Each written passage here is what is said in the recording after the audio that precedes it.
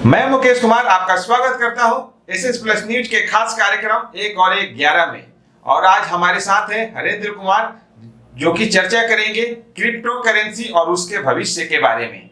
नमस्कार, आज हम लोग चर्चा करेंगे क्रिप्टो करेंसी है क्या, इसका भारत में भविष्य क्या है और हमें इसका जो इन्वेस्टमेंट है कैसे करना चाहिए। तो मुकेश जी, जो भी आपके मन में सवाल है आप मेरे से पूछिए। तो सबसे पहले हरेंद्र जी, मैं दर्शकों की तरफ से आपसे ये पूछना चाहता हूं कि क्रिप्टो करेंसी है क्या, क्योंकि ये जानना बहुत जरूरी है। बहुत सारे दर्शक को पता होगा, लेकिन हम मान के ये चल रहे हैं कि बहुत लोगों को ये नहीं पता है। तो आप सबसे पहले तो ये बताइए कि क्रिप्टो करेंसी है क्या। देखिए, क्रिप्टो करेंसी जो नाम है उसी में उसका अर्थ छुपा हुआ है। क्रिप्टो का मतलब छुपा हुआ है, करेंसी का मतलब मुद्रा हो गया। क्रिप्टो करेंसी जो छुपा हुआ मुद्रा है। और चूंकि अभी जैसे बजट में भी काफी अच्छा जिक्र हुआ है, इस पर 30% टैक्स भी लगा है। तो इसको अगर हम विस्तार में जाएंगे तो बहुत लंबी वीडियो बनानी पड़ेगी। तो इसको हम एक शॉर्ट फॉर्म में चर्चा कर लेते हैं, जिससे कि दर्शकों को एक जानकारी हो। तो ये तो समझ आ गया कि क्रिप्टो करेंसी है क्या, यानी एक छुपा हुआ मुद्रा, डिजिटल मुद्रा जो हम टच नहीं कर सकते, बस एक कंप्यूटर के माध्यम से हम उसको महसूस कर सकते हैं। जैसे कोई सॉफ्टवेयर होता है उसी तरह से। मतलब ये जो करेंसी है इसे आप फिजिकली लेन देन में इस्तेमाल नहीं कर सकते हैं। आप फिजिकली नहीं कर सकते, लेकिन कई कंट्रियों में ये वैलिड है, यानी जैसे पेमेंट करना है तो कई कंट्री इसको। तो आप क्रिप्टो करेंसी जैसे मान लीजिए कि जो नॉर्मली फिजिकली मनी है तो उसके भी नाम होते हैं। जैसे इंडिया में रुपया चलता है, अमेरिका में डॉलर चलता है, तो अलग अलग देशों में अलग। तो क्या क्रिप्टो करेंसी भी अलग अलग तरह के होते हैं? हाँ, बिल्कुल सही, आपका बहुत बढ़िया सवाल है। क्रिप्टो करेंसी के बहुत 1000 से ज्यादा क्रिप्टो करेंसी है। अच्छा। जिसमें मुख्य रूप से कई लोग तो ये समझते हैं कि बिटकॉइन ही क्रिप्टो करेंसी है, लेकिन क्रिप्टो करेंसी में बहुत सारे क्रिप्टो करेंसी है, जैसे इथेरियम है, शिबा इनू है, अलग अलग ये नाम होते हैं। जैसे मान लीजिए कि एक ब्लॉकचेन, पहले हम ना इसको डेप्थ में जाने से पहले हम समझते हैं कि ये बनता कैसे है और इसका नाम जो रखा जाता है वो किस परिप्रेक्ष्य में रखा जाता है। अच्छा।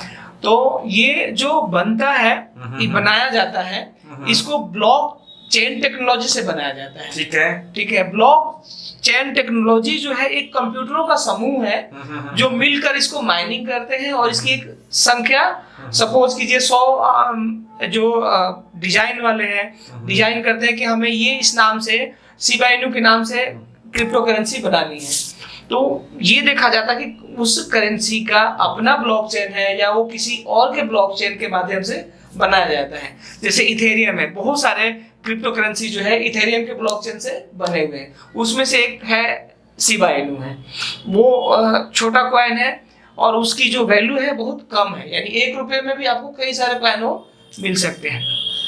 तो ये तो हो गया एक उदाहरण। ऐसे हजारों उदाहरण हैं जो अलग अलग प्लेटफॉर्म यानी ब्लॉकचेन के माध्यम से अलग अलग लोग डिजाइन करके बनवाते हैं। तो ये जो क्रिप्टो करेंसी होता है ये किस देश का होता है, इसके मतलब कौन चलाता है इस क्रिप्टो करेंसी? क्रिप्टो करेंसी, बहुत बढ़िया सवाल आपका।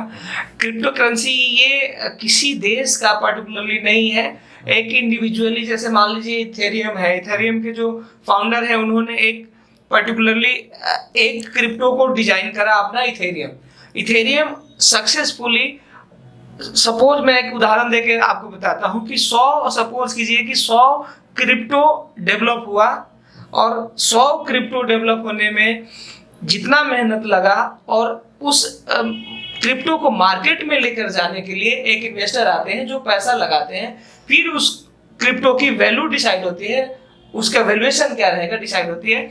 उसमें कुछ क्रिप्टो तो जो बनाने वाले हैं वो अपने पास रखते हैं, कुछ क्रिप्टो जो इन्वेस्टर है जो पैसा लगाते हैं वो अपने पास रखते हैं, और एक छोटा सा पार्ट 20% 30% मार्केट में ट्रेडिंग के लिए अलग अलग प्लेटफॉर्म पे चला जाता है, जहां पर लोग ट्रेडिंग करते हैं, खरीदते हैं। तो ये तो प्रोसेस होता है। अब लोगों का जिस करेंसी के ऊपर ट्रस्ट ज्यादा होता है उसकी वैल्यूएशन बढ़ने लगती है। जैसे अभी बिटकॉइन है, बिटकॉइन आज के अगर हम देखें तो 33-34 लाख का एक बिटकॉइन है। एक बिटकॉइन का रेट इंडियन रुपीज में 33 34 लाख लाख, वो हम 34 लाख रुपए। फ्लेक्सिबल रहता है, जैसे अभी अच्छा। सेकंड में भी नीचे जाएगा, सेकंड में भी ऊपर जाएगा। तो अभी जो मैं आपसे ये पूछना चाहता हूं कि क्रिप्टो करेंसी का भविष्य क्या है, लोग इसमें इन्वेस्ट करें या ना करें, क्योंकि बहुत लोग अभी अवेयर नहीं है इस करेंसी के बारे में जानने से, कि लोग डरते हैं कि क्या है, इसमें इन्वेस्ट करना चाहिए नहीं करना चाहिए। आपका पॉइंट ऑफ व्यू क्या है? इसमें देखिए दो पक्ष है, एक नकारात्मक पक्ष, दूसरा सकारात्मक पक्ष। एक तरफ सरकारें बैन कर रही है जैसे चाइना, दूसरी तरफ भारत अभी जहां पर खड़ा है, जैसे निर्मला सीतारमण जी ने बोला कि हम 30% टैक्स लगा रहे हैं, सीबीडीटी ने उसी दिन क्लियर कर दिया कि टैक्स लगाने का मतलब ये लीगल नहीं हुआ है, यानी एक ठंडे बस्ते में एक कानून बन रहा है इसके लिए। मतलब अभी कहने का मतलब आपका ये है कि ये जो करेंसी है अभी लीगल भी नहीं है, मतलब सरकार इसको मान्यता नहीं देती है, लोग भले इसको इस्तेमाल कर रहे हैं एक दूसरे। लेकिन हाँ। अगर मैं पॉजिटिव बात करूं तो ये क्रिप्टो करेंसी ने पिछले 10 सालों में भारत के कितने लोगों को करोड़पति बना दिया।